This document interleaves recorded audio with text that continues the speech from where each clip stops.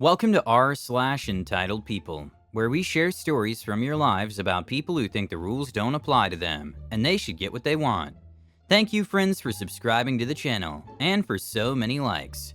And today we have 3 great stories, so subscribe, hit the like button, and let's begin.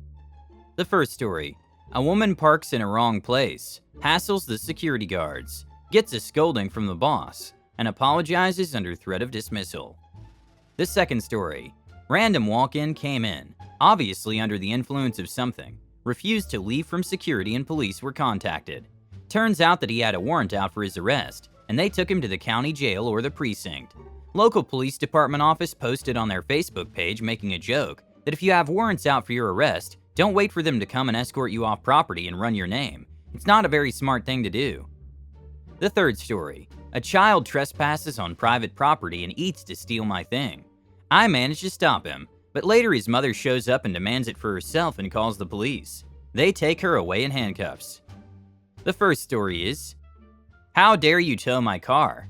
I demand it be returned at once. Not happening. During my stint working security for corporate HQ that rhymes with Snot Paper Co. in our second building, which was all rental space, a small charter airline at least half of the top floor. Most of the employees were no problem. Then they got a new supervisor. This young woman was mid-20s and apparently no one had told us that she ruled the world, at least according to her. She insisted on parking her car in the first lane, directly outside of the main doors to the parking lots at the rear of the complex. We issued tickets. The ticket was just a notice that you were in violation of some procedures. A copy was kept at the security office, and one was left on the windshield of the car under the wiper blade. The problem came from the fact that by parking in the fire lane, delivery trucks that came to the complex couldn't make the turn to get to the service area to make deliveries. Every time this happened, one of us would go up to the office and tell the woman she had to move her car. Our problem was every time she was told to move the car, she got more and more abusive to the security staff. My supervisor was a very nice guy who took a lot of crap from this woman while trying to get her park in the lot 20 feet from the door. It got so bad, he decided that since I could do intimidating well, I should go up and tell her to move the car. She tried attitude on me, but I didn't look impressed or scared of her, and just glared and repeated. She was holding up a delivery truck as well as violating the fire code by parking in a fire lane. Her response was to say she'd be right down.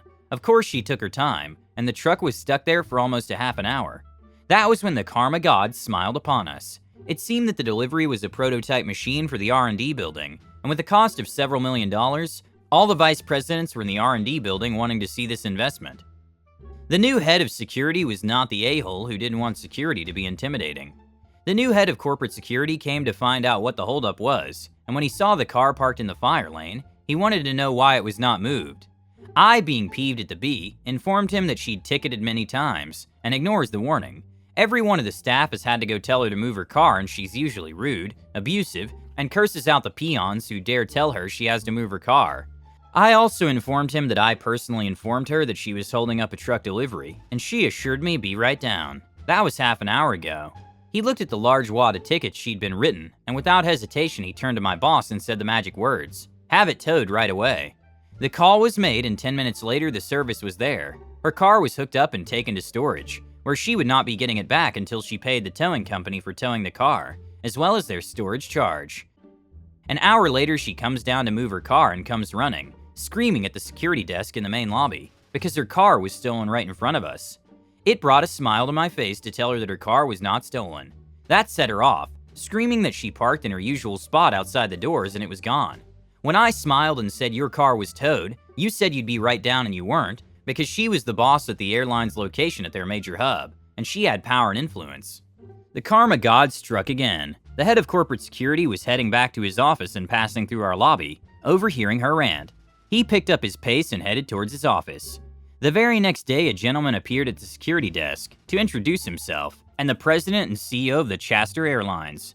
He asked about a problem with his office manager. My supervisor was polite, but handed him the bundle or tickets she'd been issued for parking in the fire lane. He was very polite, thanked us, apologized for the trouble. She gave us and assured us we would no longer have any trouble with her. 10 minutes after he left, he was back, with his very important, powerful office manager who was made to apologize to us, with her boss standing there. But the icing on the cake was while she stood there, her boss handed us his business card, and wrote his personal number on the back and told us if there was any more trouble with any of his employees, we should call him directly and she'd be out of a job. Karma is great. D, that's beautiful. She really got what she deserved. Should have towed her car earlier. It's a fire lane. If the police saw it, she'd be out of there in a heartbeat. These megalomaniac titular people annoy me. It's a little petty, but I wish she'd leave her car there again. You could have used the business card then. Complain to her boss and she'd get fired. It would have been a treat to see her walk out of the building with a box of stuff, probably angry and red with embarrassment. That really would have been a huge kick in the butt from Karma. Just imagine. God let her be that dumb and that accomplished, please. But yes, because she had to apologize, she probably learned her lesson. Or didn't she? The second story is, if you have a warrant out for your arrest, don't wait to be trespassed, having the police advertise your stupidity on Facebook. I work at a little family-owned property, not attached to big chains or compliant with special snowflake rewards practices. This event happened at the end of September of this year. We have on-site security that also has other accounts in the town, and so he will do an on-site property check every other hour and check the parking lots every off hour. He doesn't do a property sweep. He stopped in for his usual 2:45 a.m. property check. After discussing with him a little bit, he departed shortly after. After he left, I decided to use the restroom behind the desk in the office. After leaving the restroom, I came to find a gentleman at the front desk. He didn't appear to be healthy per se. He had sagged eyes, dark and caved in, was very quiet and mumbling to himself, but at least he had a mask on. He asked me if he could use our in-house phone real quick. Usually I'm very reluctant about this, but this time I gave the guy a chance, directed him to it and instructed him on its use. The phone is situated on the other side of the main door to get to the office, behind FD, so you can basically hear the conversation or lack thereof, and any slamming or hanging up of the phone. He was maybe on it for a minute or two and afterwards said that he had no luck and went to sit on the couch that we have situated in the lobby. After he sat down, I started asking him what I could help him with, to which he said I couldn't help him. At this point, my alarm bells were going off, and so I inquired if he was a guest here. He ignores me. I waited a couple seconds, cleared my throat, spoke louder in a lower register and repeated myself. As I repeated myself, he was literally passing out on the couch, mouth open and everything, mask now under the chin. Clear signs of being under the influence of some sort of drug. I told him that if he was not able to answer me or prove that he was a guest here, then I would have to ask him to leave. At this point, he was already passed out and was no longer able to reply to my questions. I grabbed the non-emergency and my security officer's number so I can escort him off property. I called my security officer first, asking him what he felt was best appropriate. He said he was around the building at the time, so he said he would be here any minute to try to escort him off.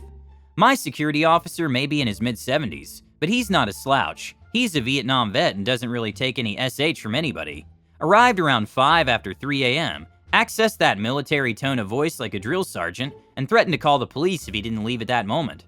The guy called his bluff and said, "Do what you gotta do, but I'm not leaving." My security guard's been doing his line of work in this town for over 2 to 3 decades, so at this point, he didn't need to call the non-emergency. He had the direct line of basically everybody on staff and knew who worked most nights. The police arrived shortly at 3:15 a.m. and trespassed him for life. When gathering information from the guy trying to get an ID or anything, they struggled.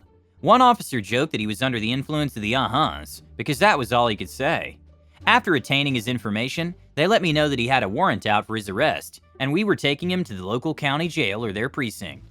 That was the end of it, or so I thought, when I get home at 7 a.m. and told my girlfriend the story and went to bed. When my girlfriend got home around 2 or 3 p.m. in the afternoon, she asked me if I had checked Facebook recently. I was like, no, why? She showed me the post of our local police officer's Facebook page. Make a post about him, basically saying that if you're high and have a warrant out for your arrest, don't be stupid enough to wait till they get there and run your name and put you in cuffs. It was pretty funny to see. I don't know why they got warrants, but the fact remains that the stupidity of criminals solves most crimes. There are 2 other reasons for this. Stupid people don't think through their actions and get caught. Smart people don't get caught the first time. Think they're too smart to get caught and get stupid. At least you had a compliant man who is not violent. You're very lucky he didn't start destroying the hotel and go into uncontrollable aggression. A small victory. I also have my suspicions that he intended to be arrested. Some people who have spent most of their lives in jail or are about to become homeless or have medical needs want to be arrested for free housing, food, and medical care. Well, or he's just an idiot. And the last story is, kid finds a bike in my backyard. Mom goes berserk when I take it back. Backstory: I'm a single parent. I have a beautiful girl that's turning 5 in August. The past year I've been fighting with ex that tried to keep my kid away from me. Lawyers aren't cheap, and being single doesn't exactly help with my finances. Couple of months ago I won the lawsuit, and I finally got to have my kid at home again. For the past few weeks she was saying she wanted a bicycle, but still recovering from the lawsuit bills. I wasn't able to afford it. Past week I got my summer bonus, which finally gave me the financial boost I needed. So yesterday I finally was able to buy my little girl her bike she wanted so badly. I enjoyed my time with her riding our bikes, but then it was getting time for dinner, which I still had to make. So we head back home and park the bikes in the backyard. We go inside and I start making dinner. After about 10 minutes, I spot movement in the corner of my eye through the kitchen window. That's on the side of the house. I see this kid, guessing 6 or 7 years old, just casually strolling by with a brand new bike I just got today. My heart dropped, and I run to the front door hoping I'd catch him before he rides away. I was lucky I did. I yanked the bike out of his hands and freaked out to him, saying it was mine, and he had no right to just walk into other people's backyard to take things. I was peeved. I forced him to get the F off my property and set the bike inside my front halfway, thinking it's over. Boy, was I wrong. After comforting my little girl that never saw me, this mad, poor thing, I returned to the kitchen to continue making dinner. 15 minutes later, doorbell rings. It's the kid and his evil mother. EM, you give my boy this bike back. He found it. It's his.